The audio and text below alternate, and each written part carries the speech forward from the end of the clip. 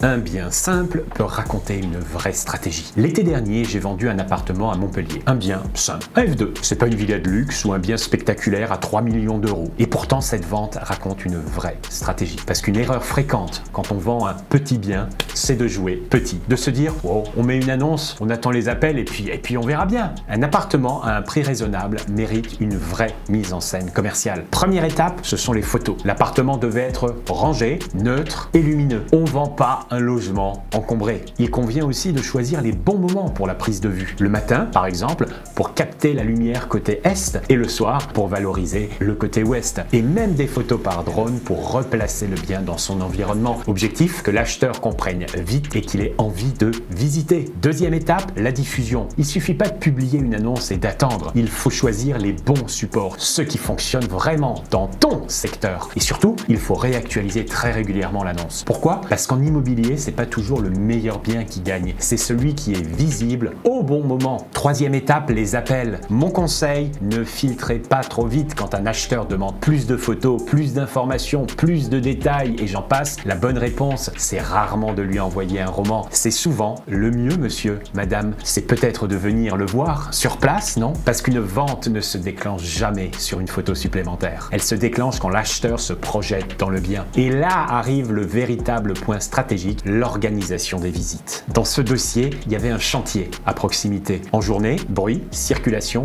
activité. Donc les visites, eh bien je les ai organisées en fin d'après-midi, au moment où l'environnement redevenait calme. Est-ce un détail ? Absolument pas. C'est exactement ce genre de choses qui change la perception d'un bien. Et surtout, les visites ont été enchaînées 18h, 18h30, 19h. Pourquoi ? Parce que lorsqu'un acheteur arrive et croise un autre acheteur, intéressé ou pas, finançable ou pas, peu importe, il comprend une chose très simple, il n'est pas seul. Quand un acheteur motivé comprend qu'il n'est pas seul, eh bien il se décide plus vite. Ensuite est venue la négociation. L'objectif n'est pas de manipuler. L'objectif est de créer une dynamique claire, loyale et transparente entre les acheteurs réellement intéressés. Quand plusieurs personnes font une offre, on ne brade pas. On sécurise, on compare, on fait préciser et on vérifie la solidité du financement. Mais surtout, on accompagne le vendeur vers la meilleure décision. Résultat, cette vente a été menée avec méthode, sans exposer inutilement ma cliente et avec un prix défendu jusqu'au bout. On a même réussi à vendre au-dessus du prix qu'elle s'était fixé. La morale est simple, un bien simple ne se vend pas avec une stratégie simpliste. Photos,